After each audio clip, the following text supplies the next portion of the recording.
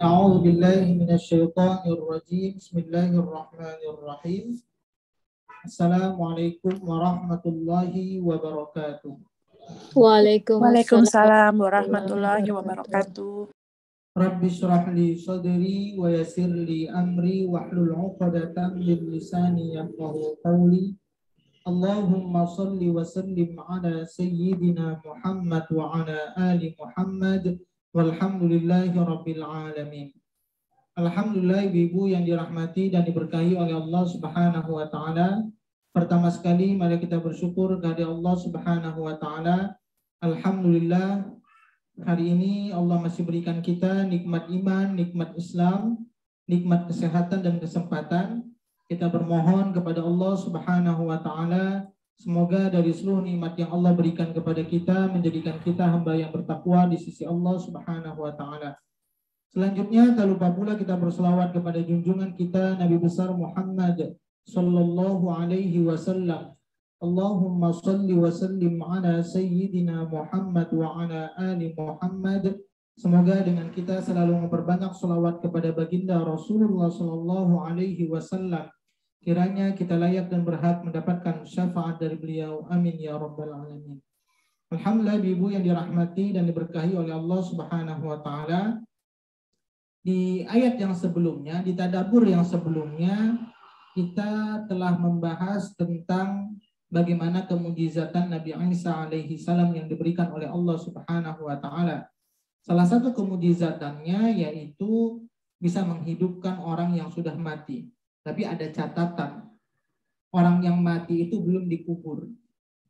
Kemudian Nabi Isa juga bisa menghidupkan burung, atau ketika burung dibentuk jadi tanah liat dibentuk burung kemudian dihembus bisa menjadi burung yang terbang. Kemudian burung itu tidak hidup terus, tapi sejauh mata memandang burung itu akan kembali lagi seperti tanah. Sebenarnya ini hanya sebagai mengalahkan bagaimana tanggapan orang Yahudi yang ketika itu mengajak perdebatan kepada Nabi Isa. Kemudian bisa mengobati orang sakit kusta, orang yang buta matanya. Kemudian salah satu kemujizatan Nabi Isa alaihi salam mengetahui apa saja makanan yang ada di dalam rumah-rumah setiap orang. Itu dalilnya dalam surah Ali Imran ayat ke-49. Kemudian kita masuki ayat ke-50. Kita ulang satu ayat sedikit ke belakang. Ketika Nabi Isa alaihi salam diutus, apa tujuan salah satunya? Wa musaddiqan lima baina yadayya minat Taurah wa liuhilla lakum ba'dalladzi hurrima 'alaikum wa ji'tukum bi ayatin mir rabbikum fattaqullaha wa athi'un. Dan aku datang kepadamu membenarkan Taurat yang datang sebelumku. Nah, di dalam ayat ini bahwa Nabi Isa alaihi salam membenarkan isi ajaran Taurat dan menyambung ajaran nabi-nabi sebelumnya. Para ulama mengatakan yang maksud di sini membenarkan ajaran Taurat atau menyambung ajaran sebelumnya itu adalah dari segi ketauhidan. Jadi sebenarnya seluruh visi atau ajaran atau risalah yang dibawa oleh para nabi itu bagaimana mengesahkan Allah Subhanahu wa taala. Jadi para nabi-nabi itu mengesahkan Allah Subhanahu wa taala. Para nabi itu satu tujuan tapi syariat berbeda. Contoh Nabi Isa, Nabi Musa, ketika semuanya diutus itu semuanya adalah untuk mengesahkan Allah tapi syariatnya berbeda. Jadi yang berbeda itu sebenarnya syariatnya, bukan masalah ketauhidan. Contoh sederhana di mana nampak perbedaan-perbedaannya, yaitu kalau pada zaman Nabi Musa itu hukum qisas itu apabila ada orang membunuh maka dibunuh balik. Itu pada zaman Nabi Musa. Syariatnya kalau mengesahkan Allah tetap sama. Kemudian pada zaman Nabi Isa, orang yang melakukan membunuh dia tidak dibunuh, dibiarkan saja. Kemudian Nabi Muhammad SAW menggabungkan keduanya. Tergantung bagaimana dari pihak keluarga. Kalau pihak keluarga mengatakan ingin dikisos balik, maka diperbolehkan menurut agama. Atau ketika seseorang itu memaafkan, maka dia tidak berhak harus dikisos. Maka kalau kita lihat sebenarnya Nabi Isa di sini adalah lebih kepada menyambung ajaran tauhid yang dibawa oleh Nabi Musa, yang mana ajaran itu terdapat dalam kitab Taurat. Maka kalau kita lihat ibu-ibu ya, bagaimana semua ajakan para nabi semuanya untuk menyembah Allah Subhanahu wa taala. Salah satu dalilnya kalau kita lihat ya Bu ya. Kita lihat ini banyak di Quran. Sebentar ini saya lihat. Ya. Yang pertama, Nabi Nuh juga mengajarkan ketauhidan dalam surah Al-A'raf ayat ke-59. Kalau di Quran mungkin halaman 158. Laqad arsalna Nuhan ila qaumihi faqala ya qaumi a'budullaha ma lakum min ilahin ghairuh inni akhafu 'alaikum 'adzaba yaumin 'adzim. Sesungguhnya kami benar-benar telah mengutus Nuh kepada kaumnya. Lalu dia berkata, wahai kaumku, sembahlah Allah. Ketauhidan juga yang dibawa oleh para nabi. Tidak ada Tuhan sesembahan bagimu selain Dia. Sesungguhnya aku takut kepada apa ditimpa azab pada hari yang dahsyat atau kiamat. Itu Nabi Nuh. Kemudian Nabi Hud, kita lihat dalam surah Al-A'raf ayat 65. Itu Nabi Nuh. Sekarang Nabi Hud.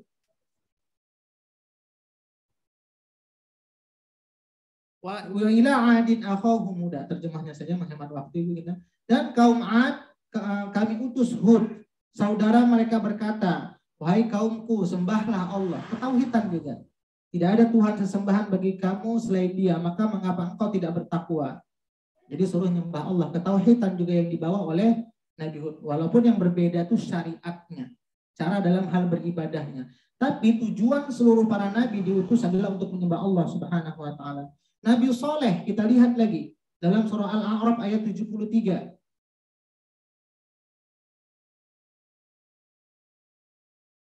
Dan kepada kaum Samud kami utus Nabi Saleh. Kepada kaum Samud kami utus saudara mereka Saleh. Dia berkata, wahai kaumku, sembahlah Allah. Tidak ada Tuhan sembahan bagimu selain Dia. Sudah nampak ya? Itu intinya. Itu Nabi Saleh. Nabi Syuaib, kita lihat Al-A'raf 85.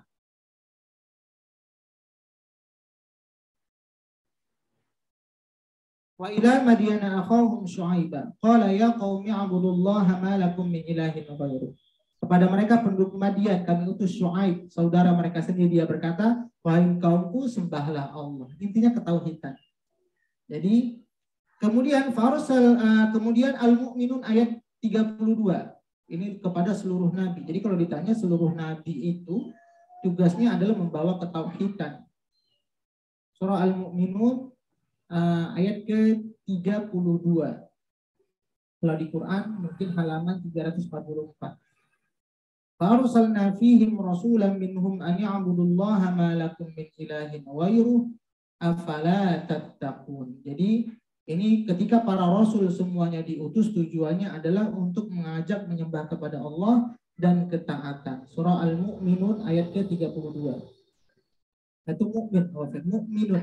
Maaf, Ustadz Al-Mu'minun ya? Al-Mu'minun. Surat keberapa Ustadz? 23. Surat 23 ayat 32 ya? Ayat ke-32.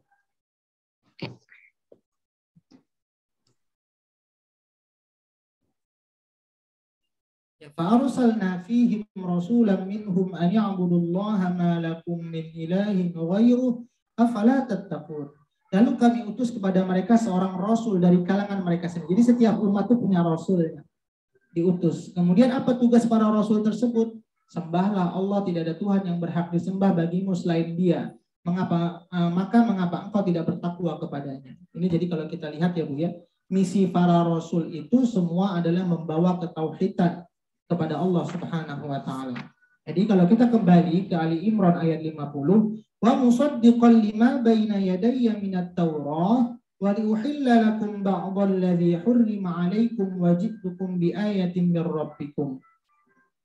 Dan aku datang kepadamu membenarkan kitab Taurat yang datang sebelummu. Ini intinya sebenarnya ketauhidan. Sebagaimana isi ajaran kitab itu adalah mengajak menyembah Allah Subhanahu wa taala dan untuk menghalalkan bagimu sebagian yang telah diharamkan untukmu.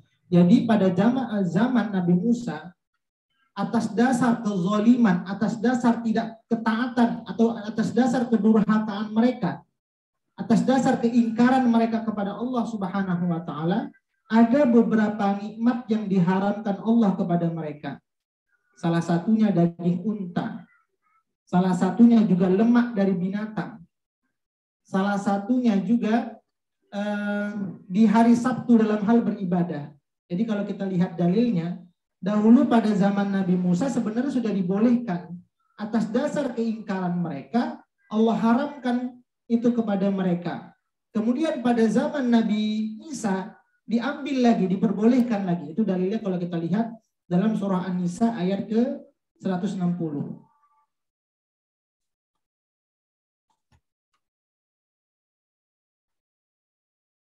Kita lihat dalam surah An-Nisa ayat ke 160. Fabizulmin minal ladzina hadu harramna alaihim thayyibat uhillat lahum wa bisaddihim an sabilillahi katsira. Karena kezaliman orang-orang Yahudi, kami haramkan bagi mereka makanan yang baik-baik yang dahulu pernah dihalalkan. Dan karena mereka saling menghalangi orang lain di jalan Allah. Jadi ada beberapa nikmat yang kemudian itu diharamkan bagi orang-orang Yahudi ketika pada zaman Nabi Musa. Tapi ketika pada zaman Nabi Isa itu dihalalkan kembali. Salah satunya apa? Ikan. Kemudian daging unta yang ketika pada zaman Nabi Musa diharamkan. Kemudian lemak. Kemudian dihalalkan bagi mereka lagi bekerja pada hari Sabtu. Jadi ketika zaman dahulu itu diharamkan pada hari Sabtu pada zaman Nabi Musa. Kenapa? Karena ketika pada itu mereka sibuk bekerja, sibuk berada di di laut. Akhirnya ketika itu diharamkan oleh Allah Subhanahu wa taala, termasuk ikan juga di dalamnya. Mereka sebagai nelayan karena sibuk tidak mengingat Allah, Allah haramkan atas keingkaran mereka. Maka inilah salah satu di dalam dalil ini, syariatnya berbeda dengan syariatnya Nabi Isa. Kemudian ketika itu lagi diperbolehkan lagi umat-umat Nabi Isa, pengikutnya untuk makan ikan, kemudian beribadah di hari Sabtu. Kemudian di ayat berikutnya, fattaqullaha wa ati'un. Jadi telah diharapkan dan aku datang kepadamu dengan membawa satu tanda mukjizat. Jadi Nabi Isa itu ketika diturunkan dia membawa mukjizat dari Tuhanmu. Karena itu bertakwalah kepada Allah dan bertakwalah kepadaku. Kemudian di ayat ke-151, jadi Nabi Isa ini menyampaikan kepada kaum Bani Israel, innallaha rabbi wa rabbukum fa'budu hadza siratum mustaqim. Sesungguhnya Allah adalah Tuhanku dan Tuhanmu. Karena itu sembahlah dia. Jadi sebenarnya saya diberikan kemujizatan ini, saya juga punya Tuhan. Bukan saya yang disembah. Tuhan saya adalah Tuhan kamu juga.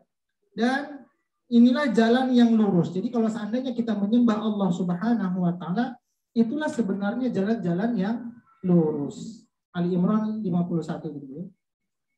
Ayat berikutnya. Jadi kalau kita lihat innallaha rabbi wa rabbukum fa'budu hadza shiratum mustaqim.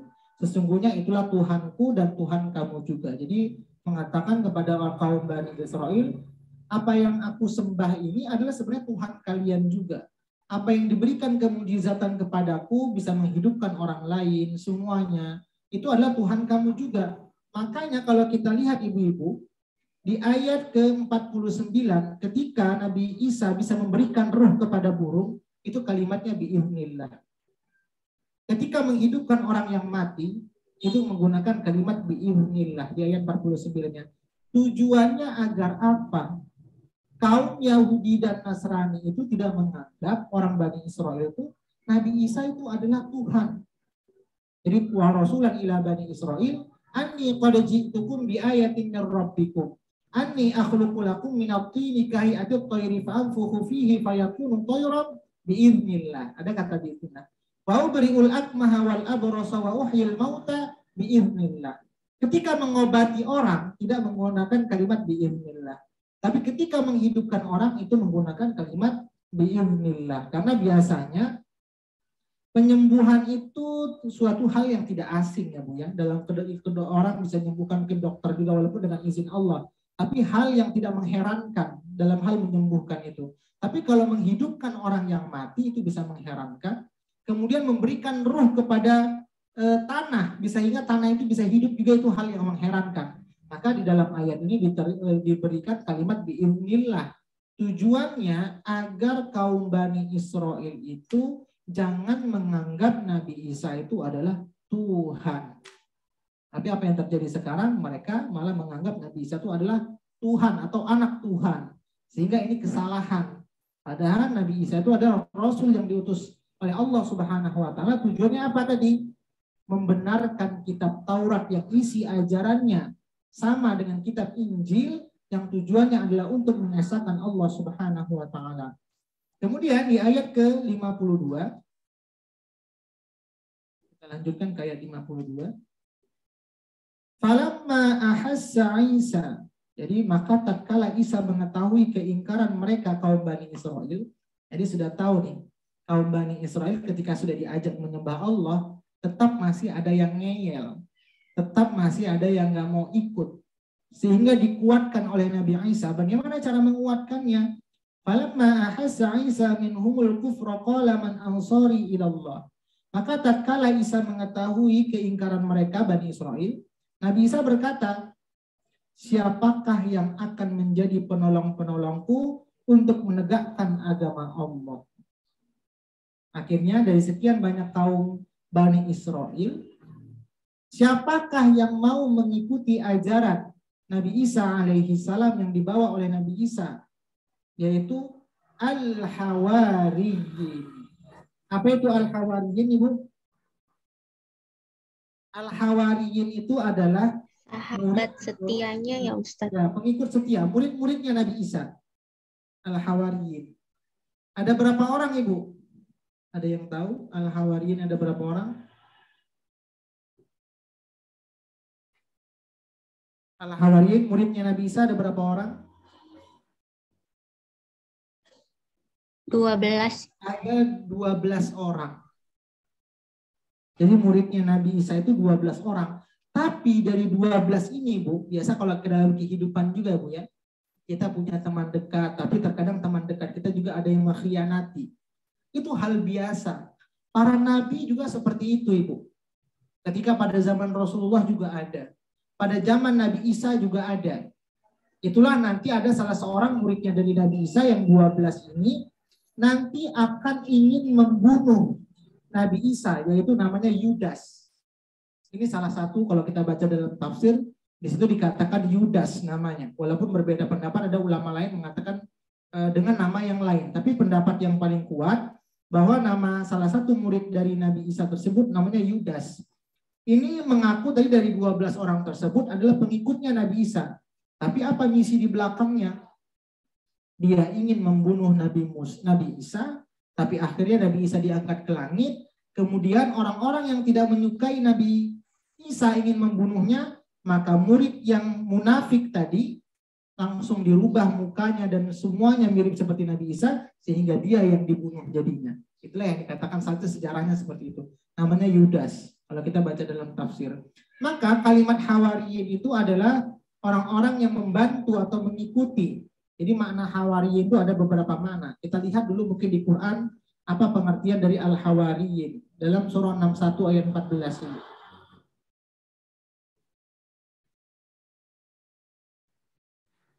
Surah 61 ayat ke-14.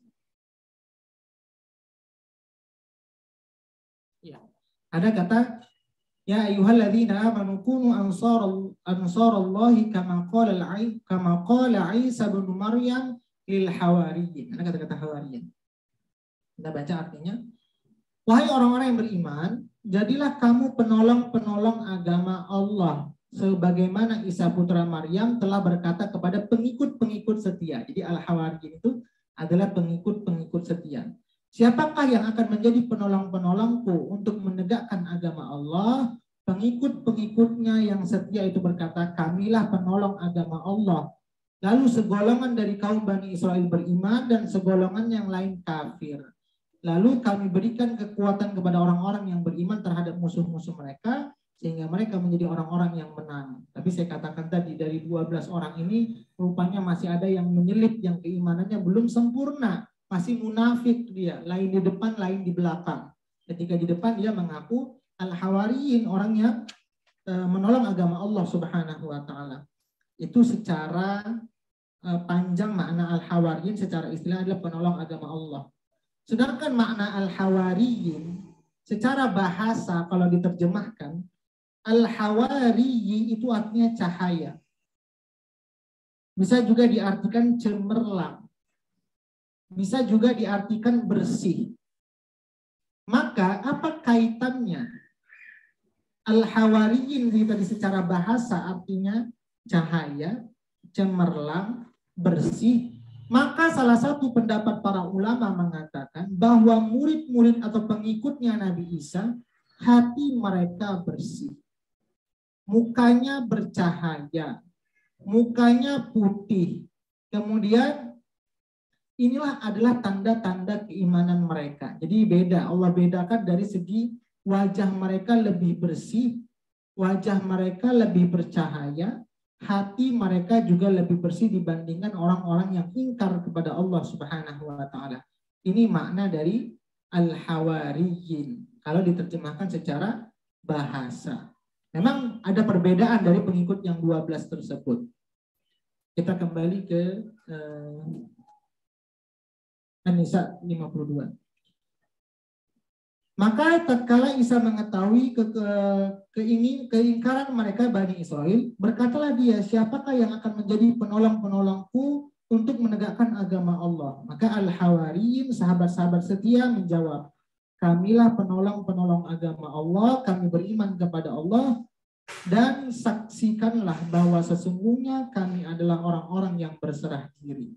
Jadi mereka juga yang ketika mengikuti ketauhidan, ketika beriman kepada Allah Subhanahu wa taala, amanna billah, apa agama mereka dikatakan?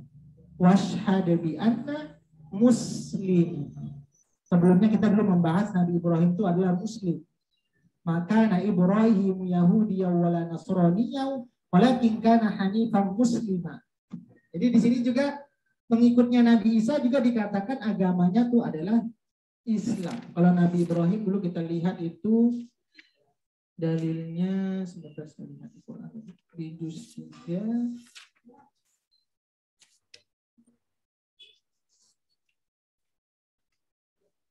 di juz 2 juz 3 maka Nabi Ibrahim Yahudi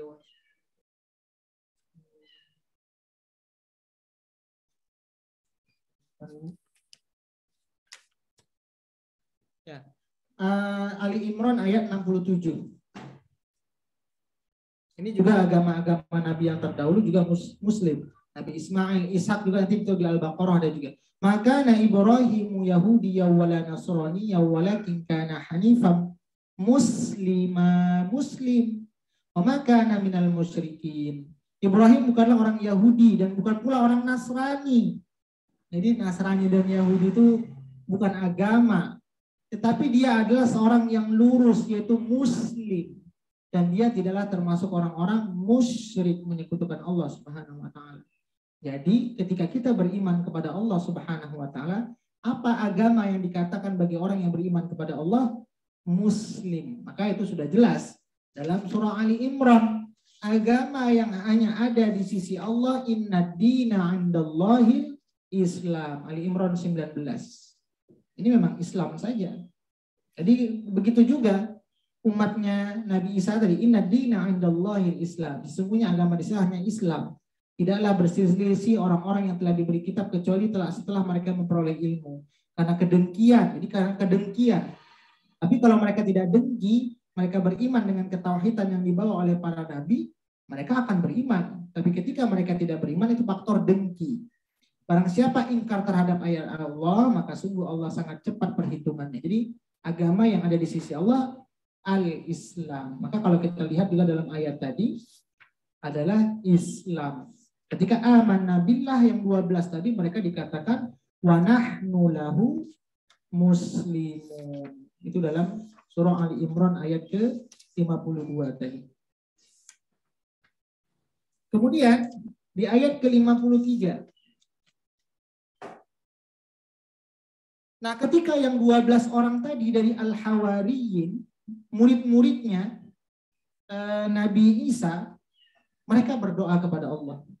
Rabbana amanna bima anzalta wattaba'na ar-rasula faktubna ma'asyahidin. Ya Tuhan kami telah beriman kepada apa yang Engkau telah turunkan, baik Nabi Isa maupun kitab Injil. Jadi mereka sudah beriman kepada Nabi Isa, bahwa Nabi Isa itu adalah diutus sebagai seorang rasul. Kemudian mereka juga beriman kepada apa yang telah diturunkan kepada Nabi Isa, yaitu Injil. Kemudian dan kami telah mengikuti para rasul. Karena itu tetaplah kami bersama golongan-golongan orang yang memberikan kesaksian. Ada kata-kata di dalam Quran, kalau bercerita tentang keimanan kepada rasul, selalu ditambah kalimat wattaba'na. Maksudnya wattaba'nya mengikuti. Jadi kata-kata rasul itu dalam Quran selalu diikuti dengan kalimat wattaba'na ar-rasula. Jadi kata-kata wattaba'na. Iman kepada rasul langsung di ayatnya kalau ada kalimat ittaba'na. Apa makna dari ittaba'na? Yaitu kesungguhan mengikuti ajaran atau risalah yang dibawa oleh para rasul. Jadi ibu-ibu semuanya, ketika kita mengimani para rasul, Nabi Muhammad, kalau contohnya kalau kita sekarang Nabi Muhammad, jadi bukan sekedar iman saja, tapi bagaimana sunnah-sunnahnya kita ikuti dengan sekuat tenaga kita, semampu kita. Jadi sunnah-sunnahnya harus kita ikuti. Jangan hanya percaya saja, percaya kepada Rasul, tapi sunnah-sunnahnya nggak kita jalankan. Maka begitulah para Rasul ketika kata-kata di dalam Al-Quran menjelaskan tentang beriman kepada Rasul, selalu kalimat itu ditambah kalimat wattaba'na. Tidak cukup hanya sekedar beriman saja, tapi seseorang itu dianjurkan, disuruh, diperintahkan untuk mengikuti ajaran yang dibawa oleh para Rasul tersebut. Kemudian ketika itu faktubna ma'asyahidin, maka mereka itu akan tergolong bersama orang-orang yang memberikan kesaksian. Maksud kesaksiannya apa? Orang-orang yang soleh, orang-orang yang beriman kepada Allah Subhanahu wa ta'ala. Sampai ayat 53 ini ada yang mau tanya dulu Ibu? Baru nanti kita akan ceritakan tentang yang pengikut 12 ini, baru ada yang ingkar. Ini mereka masih gambarannya masih beriman. Yang dari 12 pengikutnya Nabi Isa. Silakan yang mau tanya Ibu. Ustadz, Afwan, ada pertanyaan tadi dari Bu Heni di chat. Ustadz, apakah sama arti perkataan insya Allah dan biiznillah? Iya. Oke. Kalau di Quran dalam surah Al-Kahfi itu beda ya Bu ya. Biiznillah dengan izin Allah. Kalau insya Allah itu lebih kepada ketika kita punya planning. Kita lihat dalam surah Al-Kahfi ayat yang ke berapa ingat ya? Saya pastikan ayat.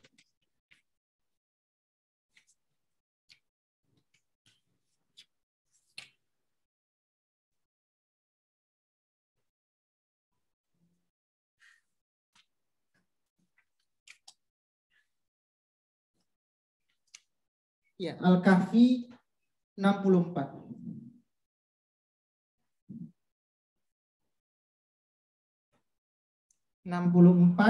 Dia ini 60 ya, 6 maaf Al-Kahfi kok 64.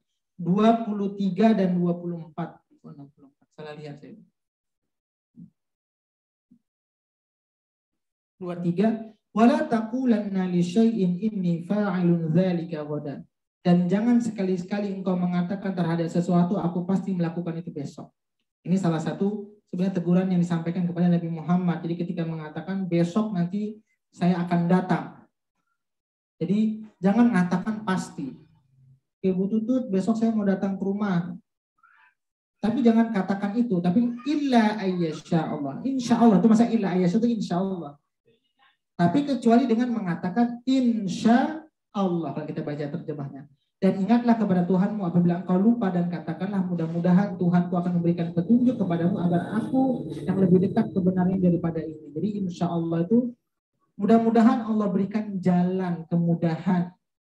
Kemudian apa dengan makna kalimat biiznillah? Dengan izin Allah.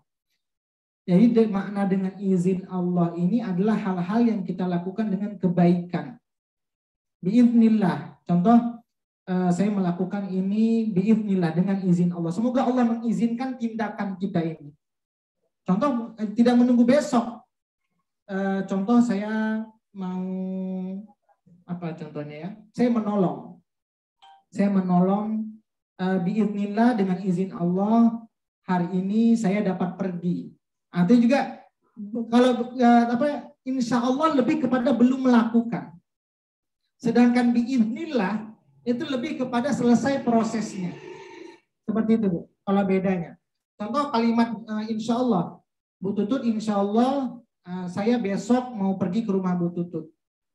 Kemudian biiznillah dengan izin Allah, alhamdulillah saya bisa sampai ke rumah Bu Tutut. Jadi ketika sudah sampai Allah izinkan dengan planning kita sebelumnya. Seperti itu. Jadi biiznillah itu lebih kepada selesai dari tindakan tersebut. Sedangkan insya Allah kalau kita lihat dalam ayat ini belum. Jangan engkau mengatakan besok berarti belum. Jadi kalau kalimat insya Allah lebih kepada belum melakukan tapi ada niat. Kemudian biiznillah ketika sudah terlaksana. Seperti itu Bu Heni.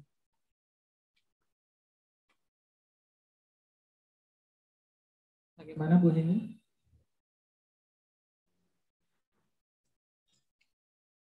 Ya, bagaimana Bu Heni? Apa sudah jelas? Bisa di-unmute? Baik Ustadz, satu lagi kalau qadarullah itu maksudnya itu Allah sudah menetapkan ya Ustadz? Ya, menentukan qadarullah baik bisa keadaan kebaikan, keburukan. Qadarullah saya hari ini, dia qadarullah ketetapan, baik ketetapan baik maupun buruk. Wallahi. Itu dengan sumpah Ibu.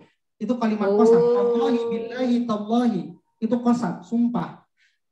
Sebab saya dengar dari kawan saya tuh dia nggak pernah bilang insya Allah, hanya biiznillah. Ya, biiznillah. Nah, itu aja. Biiznillah itu tapi kalau lebih penekanan secara makna itu lebih kepada aktivitas yang sudah dari niat kita sudah tercapai seperti itu.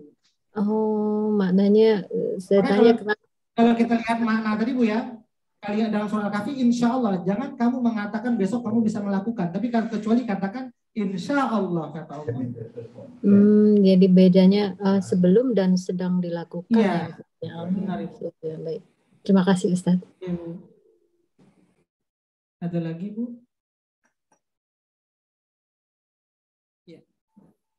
Kalau tidak ada mungkin untuk tadabbur kita cukupkan sampai di 53 saja mungkin Ibu. Karena nanti cerita berikutnya membahas tentang keingkaran dari muridnya Isa yang 12 ini. Tadi ceritanya masih beriman. Nanti setelah wa makarallah itu rupanya yang dari 12 ini ada yang khianat. Sebenarnya kalimat khianat itu nggak asing dalam kehidupan kita. Ini kenapa saya teman dekat tiba-tiba mengkhianati saya? Nabi juga pun mereka merasakan seperti itu. Jadi mungkin jangan terkejut ya Bu ya. Tiba-tiba ada teman dekat yang kita kenal rasanya ini gak mungkin dia menjahati kita kalau tiba-tiba dia mengkhianati kita. Jadi hal yang gak asing. Nabi juga dicoba dengan seperti itu. Banyak juga hal-hal yang mengkhianati.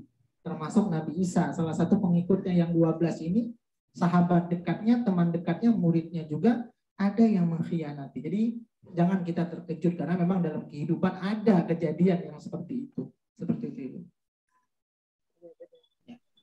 Oke, Ibu semuanya, kalau tidak ada lagi mungkin kita cukupkan. Cukup Bu Sri, Bu Tutut? Ya, cukup Ustaz. Cukup ya Bu ya. Ini Insya saja Allah Ustaz. Ibu yang dapat saya sampaikan, lebih kurang mohon maaf. Semoga yang sedikit ini bisa bermanfaat. Kita tutup dengan doa.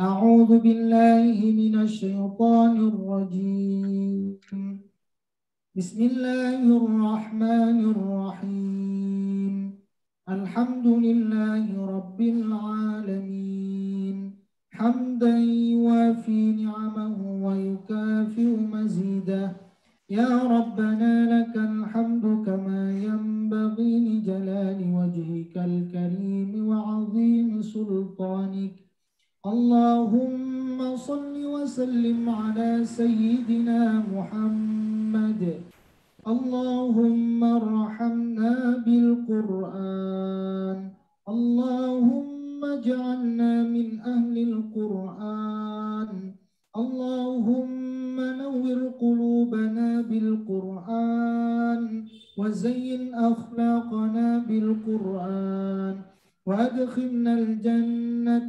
بالقرآن ونجنا من النار بالقرآن ربنا آتنا في الدنيا حسنة وفي الآخرة حسنة وقنا عذاب النار وصلى الله على سيدنا محمد وعلى آله وصحبه وسلم سبحان ربك رب العزة عما يصفون وسلام على المرسلين والحمد لله رب العالمين.